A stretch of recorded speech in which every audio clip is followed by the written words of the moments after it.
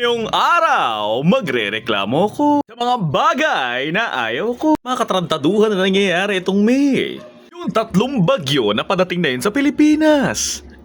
Nasasabihin nyo masaya dahil walang pasok. Ayoko, gusto ko may pasok. Pag may pasok, may pera. Nasa tawagin nyo pa Lovejoy Hope. Merong tao na mapape-penalize dahil sa kalokohan niya. Tapos gusto niyang gamitin yung religion card para makatakas. Sasabihin niya na, Sir, iglesia naman ako eh. Wow, may perks pa lang, reliyon lang. Meralco nagagalit sa mga solar installation kasi wala daw building permit. Libreng kuryente, kailangan bayaran. Ano ka, Thomas Edison, punyeta? Tapos meron naman daw padating na virus, hantavirus, mas malala daw sa COVID.